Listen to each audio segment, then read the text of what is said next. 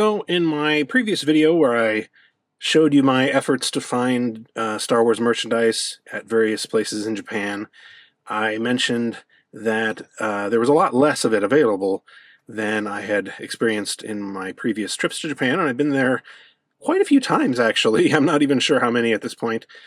Last one though was 5 years ago due to our trip in 2020 being canceled for obvious reasons. So, 5 years, things can change.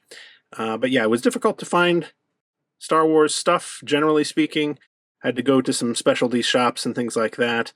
There are plenty of places, I'm sure, where you can find Star Wars still, but again, it doesn't seem to have that kind of mass market appeal that it did, at least at one point, back when the sequel trilogy was just coming out, for example. Anyway, in this video, I'm going to be showing off what I did manage to pick up. It's not a whole lot, I'll warn you ahead of time, but maybe some interesting things in there. So we'll start out with real quick with these things here. I found them in a bargain area of, well, I don't even remember which shop it was, but it's someplace in Osaka, and they were just kind of sitting out there, hanging out forlornly, and I felt a little sorry for them. Obviously, these are Power of the Force 2 figures. They had a few other ones as well as some Episode 1 figures, but these are the ones that had to do with Jabba. And I've kind of been collecting these in the sense that I like these ones that have a Japanese language sticker on the back, because that shows that they were actually sold in the Japanese market. And so I have a few of those. Not a lot of interesting stuff here. Honestly, it's mostly just warnings and stuff, but it does say Star Wars Lando as Skiff Guard. So Lando as Skiff Guard, obviously. Yeah, that's pretty much all the information that's interesting on the back, but it is from 1997. And I wonder just how long it had been sitting in that shop. Quite a while. This was marked down to 200 yen, which is a little over $1.50. So, I figured I might as well take him home. Here we have Leia as the bounty hunter Bosch, and this is the Shadows of the Empire version there. This one was 300, so $2 or so. This one, unfortunately, the sticker got a little messed up there, so we can't even read her name there. Unfortunately, I think they put the actual price tag on that sticker, which is annoying for me, but anyway, just thought I would show those off. You can find these things from time to time just lying around shops in Japan. Don't seem to be super popular, obviously. Moving right along to something maybe a little bit more interesting. This next item is actually pretty interesting and something I've been wanting to get for quite some time. And from the reaction I got when I posted some of these on Instagram, I think a lot of people, current Star Wars fans, may not even be aware that these exist. But in the late 70s, when A New Hope came out in Japan, Coca-Cola Japan released a collection of bottle caps that have scenes and characters from the movie on the underside, so you could, after you take your bottle cap off of your glass bottle, because of course they were in glass bottles back then, you could see who you got and try and collect them all. They had, I believe, 50 different designs, so I don't have anywhere near all of them here. I've only got 25 total, and there are some duplicates as well, but you can see they have various characters here, some ships. Let's see here. TIE Fighter, Tarkin, Han Solo, the droids. I think this is a really cool idea. It's the kind of thing that would have probably made me want to drink more Coke at the time, although 50 seems a little bit like overkill, if I'm honest. They even had, in addition to Coke, had this extend to other drinks, that Coca-Cola bottlers made, so I guess you can get versions of this. Instead of being Coke caps, they're Fanta caps, or maybe something else as well. So if you wanted to get a complete set of these, it would be quite challenging. You'd have to get all the different variations and so forth. But I just really like these because they're, first of all, something that has to do with Star Wars and Japan, which are two things that are very important to me. But also, it really makes you think about, or reminds you, I guess I should say, of sort of the 70s when A New Hope came out. That was a different time in a lot of ways. It really reminds me of what life was back, when we were, for example, buying Cokes out of machines that had glass bottles in them, and you could get actual, metal bottle caps and collect them and so forth. Just a cool idea, and I was happy because I found these randomly in a display case at Nakano Broadway, which I talked about for quite a while in my previous video. So just goes to show you never know what you're going to find, and I was happy I found these. I also mentioned in the previous video that I visited Starcase, which is a Star Wars only shop in Tokyo, and very interesting place to look around. For the most part, especially as a Jabba collector, wasn't a whole lot for me that I was interested in buying. I ended up getting one of these guys, actually this one here on the right. This is a sensor scope R2-D2 from Kenner, and I already had one in my collection, but this is it right here, and you can see the sensor scope itself is kind of messed up, and it's difficult to raise up and down. It's kind of stuck. I don't want to force it. And the sticker is not in great shape, but above all, it's got a marble stuck in its bottom. And I mean, I could probably get that out of there. It's been this way ever since I had it. But I kind of like the idea that some kid just stuck that up there and couldn't get it out. But at the same time, I do want kind of an unmolested version, so to speak. So I got this one. Got a reasonably nice, if yellow, sticker on it, and just generally seems to be in reasonably good condition. And, honestly, I wanted something as a little bit of a souvenir from my trip to Starcase, so this is what I went with. Given the favorable exchange rate, the weak yen versus the dollar, this was, I would say, a pretty decent deal. I'm not really up to date on exact values of vintage Kenner figures, but I think it was around $35 to $40 around there, so not too bad. So this next item is kind of, well, it's a combination of two of my interests. Recently, I've been getting into Japanese soft vinyl figures, so-called sofubi or sofubi, depending on who you want to talk to. And I went to a store in Tokyo, another Mandarake store, that this time specialized completely in soft vinyl figures. In fact, I think I'm going to be doing a bit of a video on that as well, because it was pretty impressive, and I got some cool stuff there. But anyway, I found this there. I had never seen this before, didn't know it existed, but it is a soft vinyl figure in the style of an Ewok, as you can tell. The thing that really I liked about it, though, was that it had this card back on it. It's made by Apos Toys. It's the name of the company, or the guy, I guess, really, who makes these. And it says the power of the wild Sofubi instead of the power of the Force. It's even got what looks like an Ewok's hands holding a spear instead of the lightsaber. This, of course, would have been the Power of the Force logo. And speaking of Power of the Force, he even included a real metal coin here, just like they did on the Power of the Force figures, although this is loose enough that it doesn't really want to stay in here. I mean, the nice thing about this packaging is that it's completely openable. So I've already opened this and played around with it a little bit. The bad thing about it, though, is that this coin doesn't want to stay in place. But I'm going to go ahead and try and... Oop, there it went. I'm going to try and slide this backer out again. Yeah, there we go. And we'll take the figure out.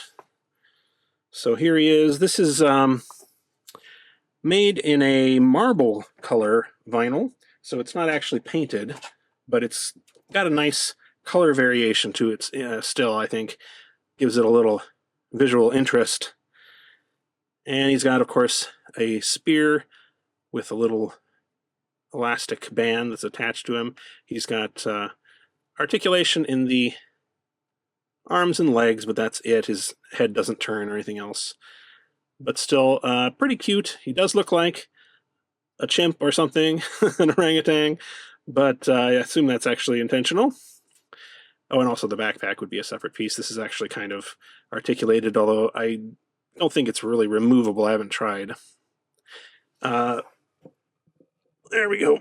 They did make, or they have made, I guess I should say, different color variations on this same figure. It's called Mubnub, is the name of the character. And here is his coin. You can see Mubnub, and it says on the back, Epos Toys Wild Soft Vinyl, Back to Nature. I'm not sure what that really means, but it's a nice coin, you know, feels like it's got some weight to it. And anyway, when I saw this, I was like, you know, I should probably pick this up. It was not too expensive compared to most of the stuff in the store. These Sofubi figures can get quite pricey. And in fact, I think I'm going to go ahead and I'll show you a couple other Star Wars things that they did have in the store, Star Wars inspired soft vinyl things. I found this item at Mandarake Koku, which is their soft vinyl figure specialty store in Akihabara, Tokyo.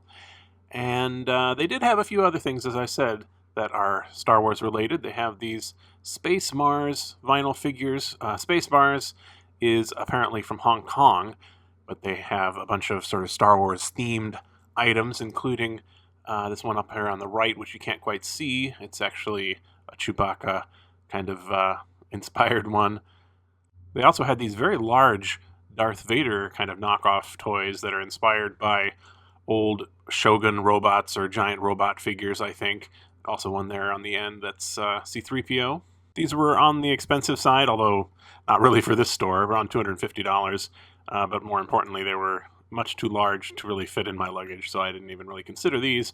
Similarly, they had this giant holographic version of a Darth Vader bear brick figure. 600%, I think, is the size. I do, or did, sort of collect bear bricks. They're minifigures made by the same people who make Q-bricks, but they're kind of bear-shaped. Kind of fun, but yeah, this one's kind of out of my price range for sure. As I said, I'll talk more about Sofubi in another video. So this item here, I debated whether I should even include it, but it's pretty interesting to me, culturally anyway, so I thought I would.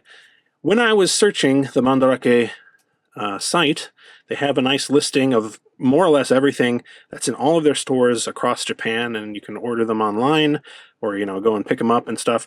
When I was searching for Star Wars stuff, I kept getting these other results in it, and I was initially confused as to what they even were. Some sort of comic or, you know, magazine, it looked like.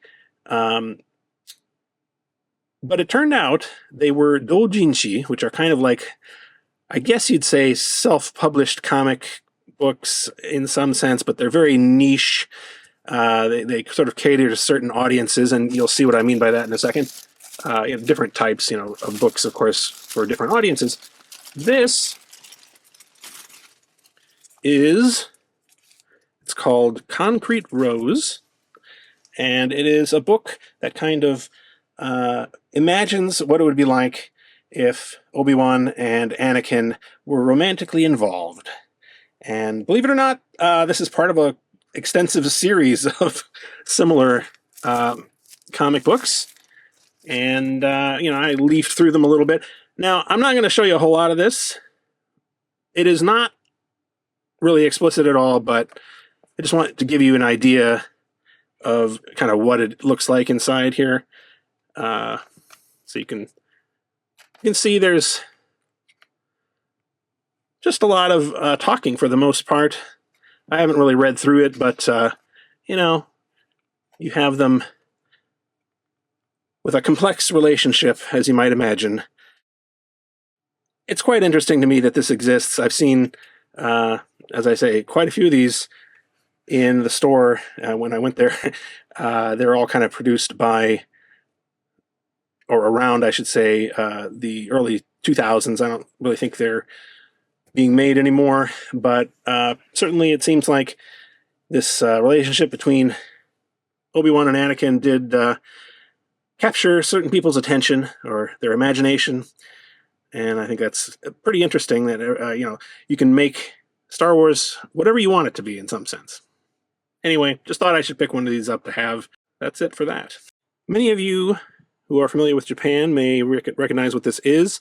This is a capsule toy, or a capsule from a capsule toy machine. They are literally everywhere in Japan, it seems like. And you just put in 300 or 400 yen, around $3-4, and you get something.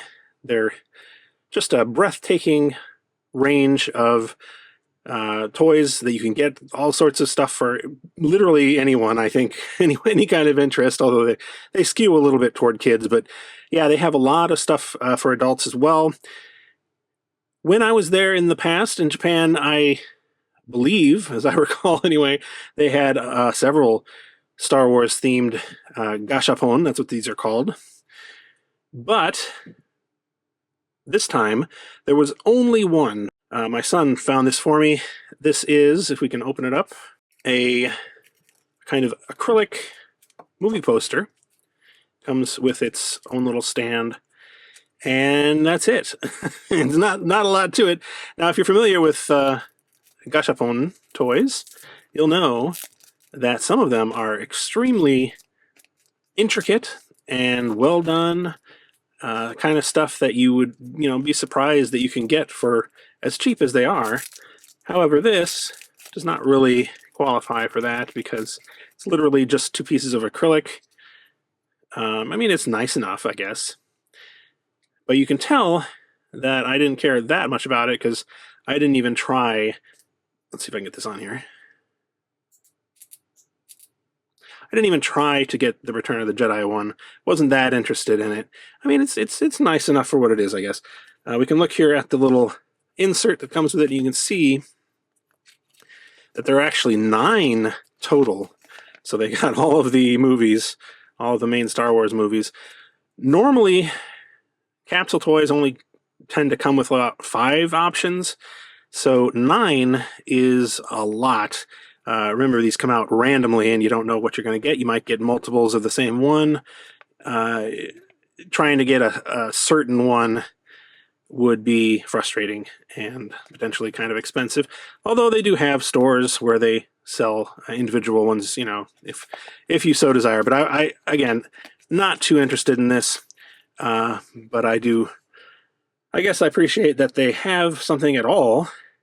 They also had very, very little in the way of Marvel stuff. Basically nothing except for this kind of acrylic movie poster. So I think there's something to do with Disney's licensing in Japan is kind of slacking off or something. I don't know, but yeah, I wasn't too impressed with that, especially when you consider that I saw gacha toys for things like Back to the Future, E.T., Planet of the Apes, various other kind of, in some ways, more obscure properties than Star Wars. And Jaws, that was another one. Anyway, a little disappointing, but I suppose it's kind of a cool little thing to put on the shelf. You may recognize this if you watched the previous video that I mentioned, because I included it in the thumbnail. This is a Jabba pillow that Scruffy-looking RGB, another YouTuber in Japan, gifted me, and I appreciate that. He got it, as I understand, for a significant discount, because this was originally 30 or 3,000 yen, which is probably at the time it came out around $30, and now it was 550 yen, which is, given the current exchange rate, like 350 or something like that, so really cheap. It is still vacuum sealed. If you take it out of this vacuum sealed pack, it'll fluff up a significant amount. I know that because I already have one of these that I got back when it was first released several years ago. So I think what I'm going to do is just leave it in this pack and use the one that I already had just as a pillow. It would be nice to have one that I can actually, just put on the couch or something as a pillow. And then I still have this one, which is kind of pristine. So again, thank you very much, Scruffy-looking RGB. I'll put a link to his channel in the video description. He does retro gaming in Japan primarily. So this is the one and only item that I was able to find that had to do with Jabba that I didn't already have, and in fact didn't even know anything about. I found this in the Kotobukiya store in Akihabara. Kotobukiya, you may be familiar with. They are a company that has a lot of sort of figures, Star Wars figures, and other things like Marvel or Japanese properties. It's a good company. I like some of the stuff that they've released in the past, and it's a fun store to walk around in. But yeah, I was kind of relieved, I guess you'd say, to find this box of what they call pinbaji. They're sort of metal. I'm sorry, actually these are kambaji, metal pins. And I saw this right away. Saw Jabba there in the corner, and I was like, aha! At last, I found something. Although when I found this first in the store, it was open. They had an open box, and I counted them up, and there was like one missing. And I was like, boy, I can't really just go in. I was really only interested in the Jabba, honestly. If I could just buy that, if they were open and I could just pick them out, I'd probably just get the Jabba. But it would be particularly dumb to buy them all and open them all and find out that the one that was missing was Jabba. So I asked the person working there if they had unopened boxes that I could buy, and sure enough, they did. And it says right here, if you get the full box, if you get a box, you'll get a complete set, 10 badges. So that is what I did. It wasn't super expensive, as I recall. And so I wanted to go ahead and open these up today. These are very Japanese. These are things you're not going to find in the US because they include actual Japanese language as, kind of the point of the pin to some degree. So, yeah, that was one of the appeals of this as well. So let's go ahead and open this up and see what they look like. I've got my special opening tool that comes with my 3D printers. So we open up the tape, and inside you can see they're in sort of blind bag type packaging, foil baggies. So I thought, well, you would just go ahead and open them all up and take a look at them. Now I'm not sure. I guess we just need to kind of peel this back and then open it this way. This is a little tricky to open. Let's see what we got here. Dun, dun, dun, dun, dun. All right. So we've got some Jawas with R2-D2, and they say "washoy, washoy." It's kind of like a little hard to explain, but something you might say when you're kind of like carrying something heavy is the idea. So that's pretty cute. These are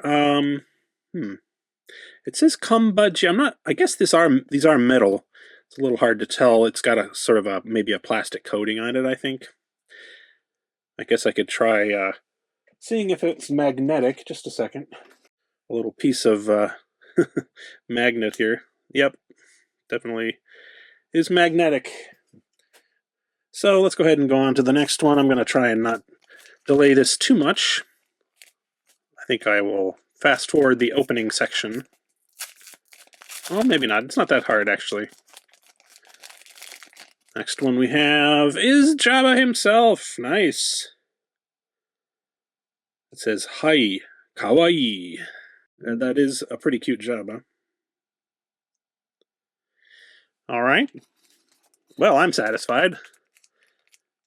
Everything else is sort of gravy at this point. I think all of these are square pins, it looks like. We've got, Darth Vader. It says, "Omae no chichi wa watashi da." It's literally, your father is me. I know he's talking like Yoda in a way, but yeah, I am your father. I don't know how they come to think of it. I'm not really sure how they translated that in the movie when they did the subtitles. Maybe this is how they did it, but I'd have to go check on that. Okay, we've got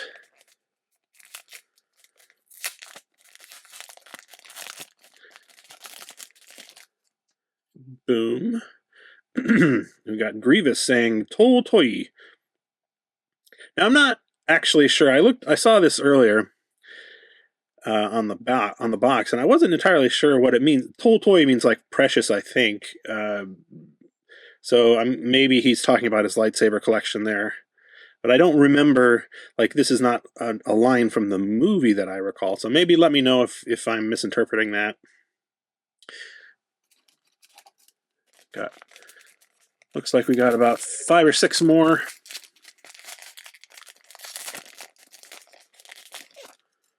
Interesting how they all come out facing away from me. Da-dan. Yoroshiku! Which is just something that you sort of say when you meet somebody for the first time, or, there's various ways that you can use it, but it's like, how you doing kind of thing with a stormtrooper.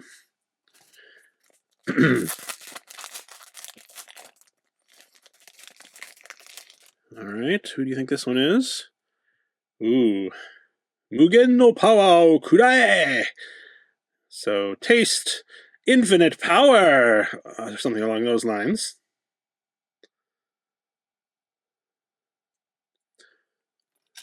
We've got... who's left? I'm not sure.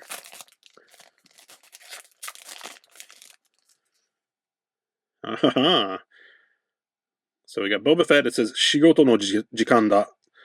It's time to work, or time for work. Again, not sure if that's like from something or not, but it's, it seems appropriate enough. Let's get to work, maybe we could say.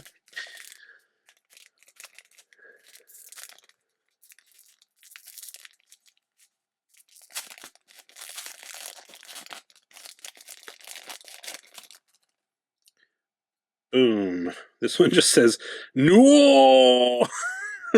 Just kind of screaming, or, I guess that's appropriate. Although, I don't recall Darth Maul ever actually screaming like that, so is that actually that appropriate for a character that we mostly know to be silent? Not sure. Let's see, we got 2 more.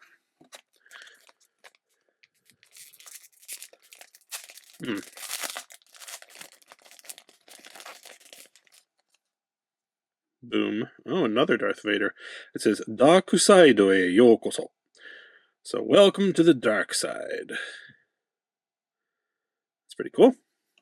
And finally, we have this one. I'm not sure offhand who it is.